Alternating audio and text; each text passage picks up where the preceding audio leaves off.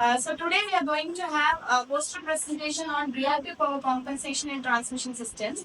So this is a one kind of activity-based learning in power system analysis. So what is Unit 5?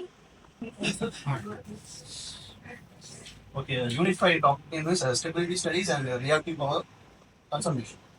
Okay, so Unit 5 topic is stability studies and reactive power compensation. So under stability studies, we have already discussed about swing equations and dynamics of synchronous motions. Yes. So under reactive power compensation, we have flexible AC transmission systems and where we discuss about many devices which we use for compensation. Okay.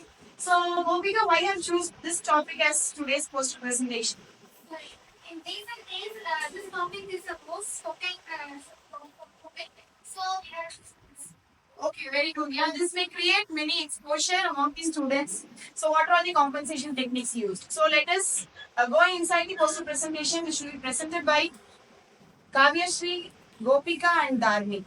And my name is Kavishri and my teammates and we are going to represent the topic of reactive power compensation in transmission system.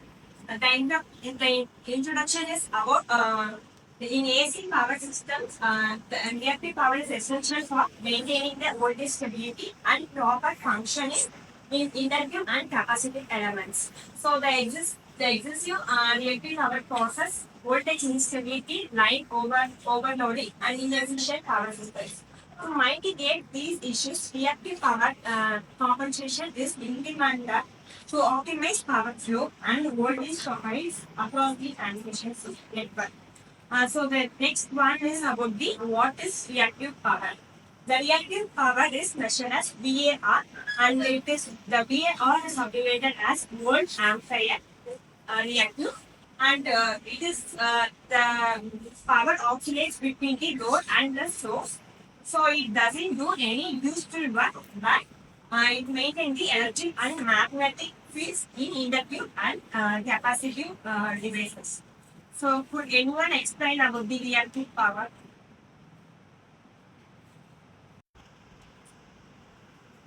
Reactive power is the power actually oscillating between the source. So I am Gopika. I'm going to tell about the types of reactive power compensation.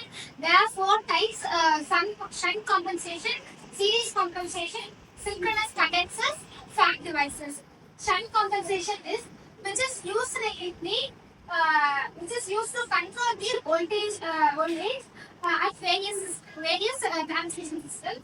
There are two in this type: shunt capacitors and shunt reactors. Shunt capacitors, which is used to inject the reactive powers in the system. Then shunt reactors will absorb the reactive power. The next type is series compensation. Series compensation in a transmission line, it will improve the voltage regulation and for the load, the load of the system will be absorb and inject the reactive power. Then the next type is synchronous condensers. In synchronous condenser, same like a motor. Uh, if we give excitation, it will generate or absorb the inject the system. Then next is the fact devices.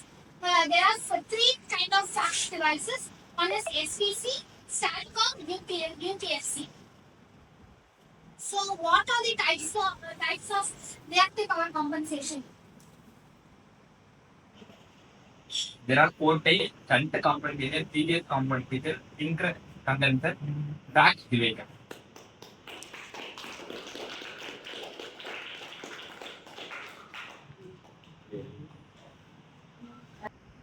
Myself, Dali. Here we are going to explain about advantages, enhance the voltage stability, reduce the power losses, and improve system power factors, increases transmission capacitance, decreases a line over voltage. These are the advantages, and we are going to applications, long distance transmission line, and substation and load centers, and renewable energy plants, industrial power system, and smart grids and micro grids. Conclusion, the reactive power systems compensation is more important in power systems. It had a more renewable energy and the demands. The device parts and it ensures the stability and renewability and efficiency. Thank you.